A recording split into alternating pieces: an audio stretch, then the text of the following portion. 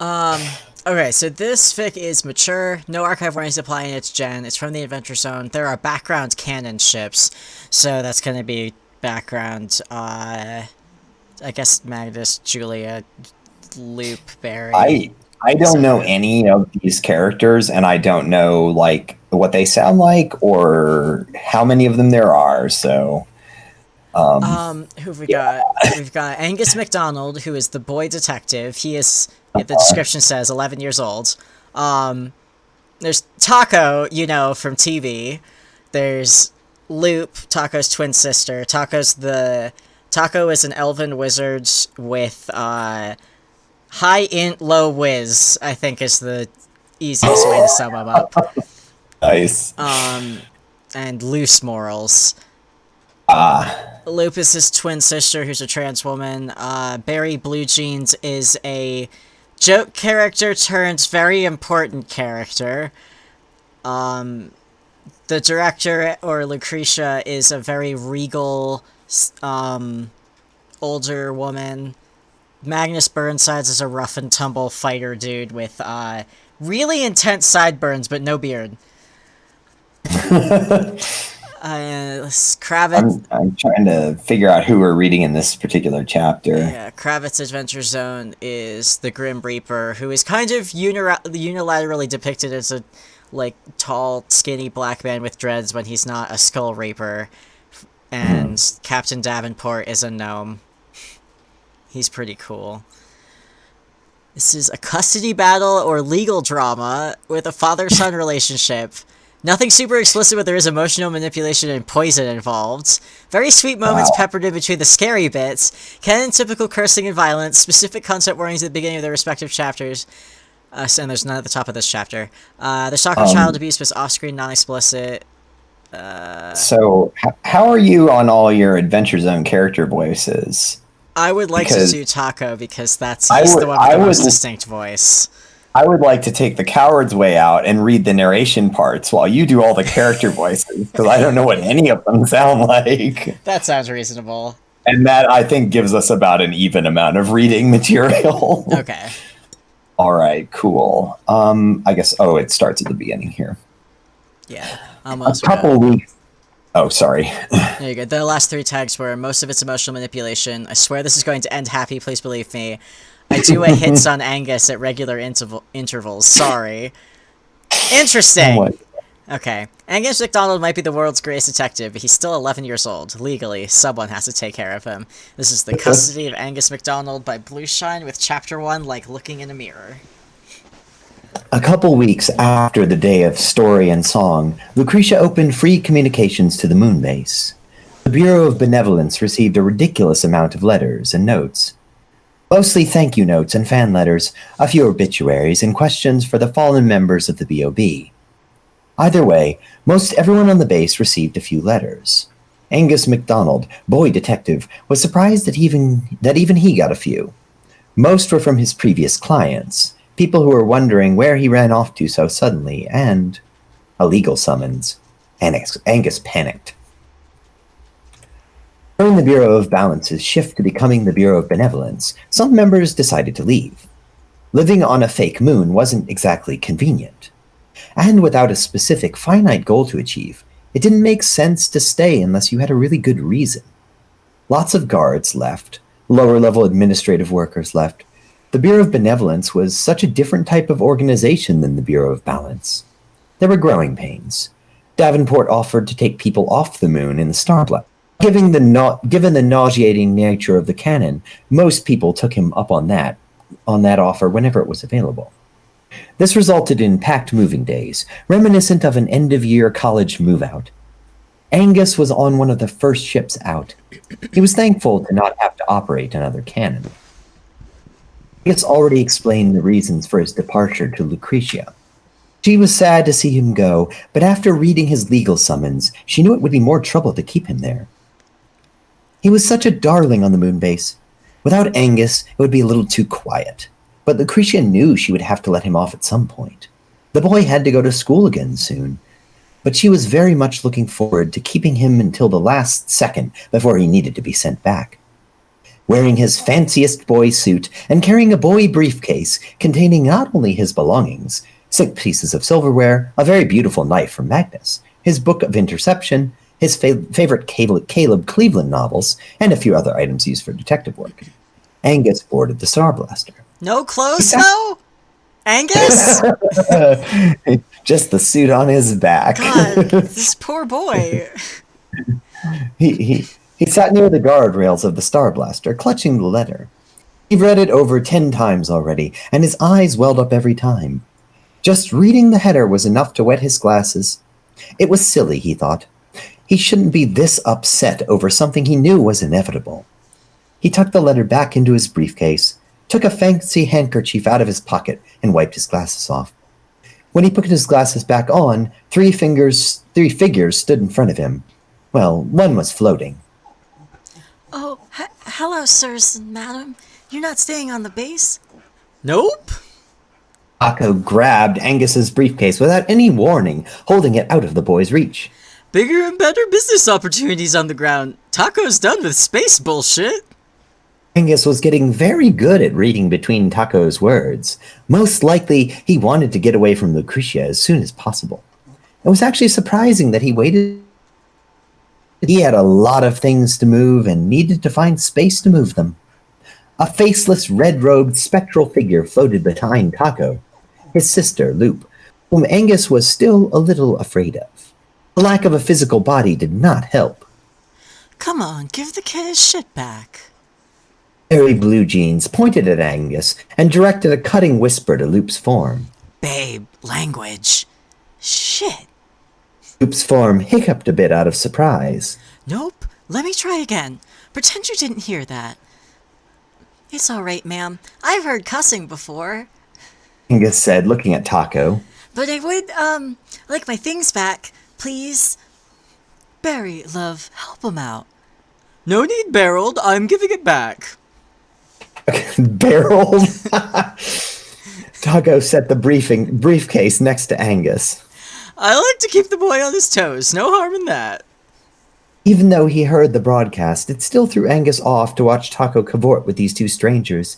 He seemed okay and content to joss around with them, on a level that Angus didn't see him do with anyone before. Regaining their memories changed all of the Star Blaster crew, but who Taco was and who Taco had become recently, nobody could blame Taco for needing time to adjust. Angus opened his briefcase and everything was in its proper place, except for the legal summons. Taco was reading it. Sir, please, can I have that back? Taco read through the whole thing twice and handed it over to Barry. I didn't know you had aunts, Agnes. Yes, they were very angry when I went up to the moon base with no explanation. Angus kicked his feet together. Very angry was an understatement. Luke read the summons over Barry's shoulder. Whoa, you're getting fought over? Well, my Aunt Lauren took care of me before I went to visit my grandfather for the last time, but my Aunt Violet took care of me when I was a baby. Angus held his hand out, and Barry handed the summons back. My uncle asked to take care of me sometimes, but he's not around anymore, so... What about your parents? Barry asked, before immediately getting stared down by the twins. Barry, what a stupid, bullshit, insensitive question. Angus didn't answer, not because there was an incredibly tragic reason, but he just didn't really know. His family wasn't sure either. It was a great mystery, one that Angus used to try to solve, but not anymore. He decided to work on solving other people's mysteries, ones that had real answers. Who do you want to live with? Loop asked. The boy was quiet for a very long time. Made the twins nervous. Well, that's a good question. I would prefer to stay on the base, but that doesn't seem to be an option. The moon base might be fun, Angus, but maybe your aunts really miss you. Harry said.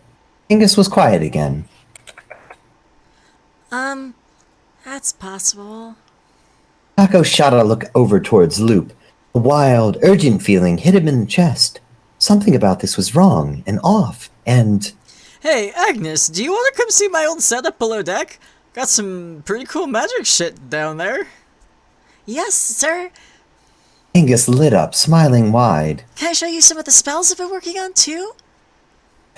Taco patted Angus on the back, herding him towards the entrance to the Star Blaster's living quarters. Absolutely.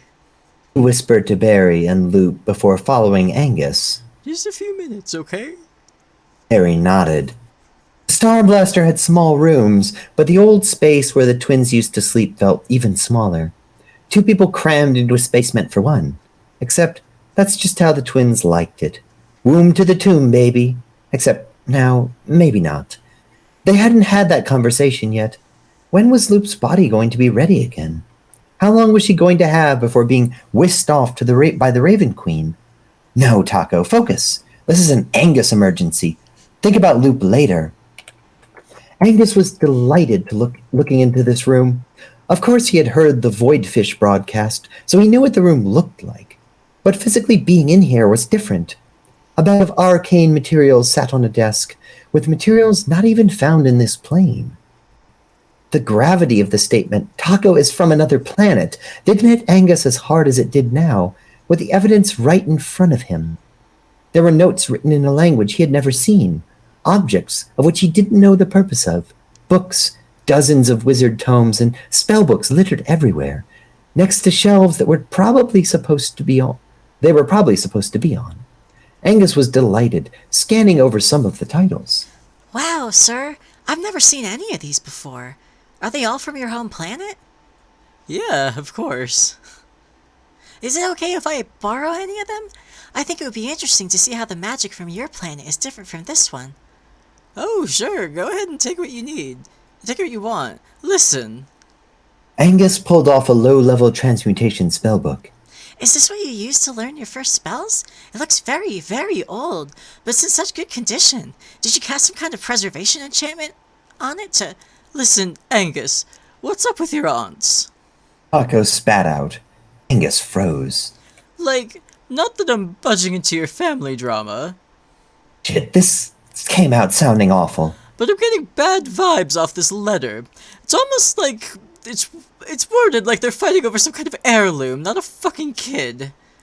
Taco had to say his suspicions out loud, even at the risk of sounding like he cared about the problem. Maybe if he said it out loud, the detective would figure out why the letter made Taco so uneasy. He knew why he was uneasy, but putting it into words wouldn't. First, it was getting handed over between the family members that bothered to take them. Then it was getting fought over. Who takes them this time? I don't want them. And then it was slowly getting kicked out of households, one by one, getting stabbed in the back by the people who were supposed to take care of them. And then they came up with excuses for why they can't take care of both of them. I could take one, but not 2. Can't we separate them, just for a month? Sir? And then they fought back, screamed, moved on their own, didn't care about anybody but each other. Sure, they landed a great job at an interplanar research facility, but that was after decades of horseshit. And do you have any idea what kind of things we could have done if we had access to a normal life? And once again, they did get a family. A real one. It was ripped apart by them, from them by Lucretia. Sir? This can't happen again. This can't happen again. If we had so much trouble making it together, how was he going to do it alone? Angus... Sir! Angus shouted, worried, shaking Taco back to reality. He tried to shake it off like he wasn't eerily spacing out, but Angus was too smart for that.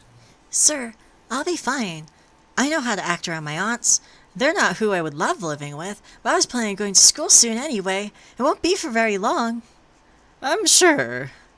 Taco said, his voice cut with a bit of poison. Go ahead and get your nerd books, Agnes. But they're your books, sir. Wouldn't that make you a nerd? Fuck off. Taco said, sitting at his old desk and hiding a laugh. The boy could make great comebacks when he wanted to, and at that moment an idea struck him. He reached into one of the drawers, finding, yes, it was still there, a handmade book with some of his old notes written inside, all ciphered. Angus might have fun trying to crack it, but giving Angus a glorified taco-themed activity book wasn't the point. Taco waited until Angus was looking away and cast a little enchantment on the journal. Here, Angus.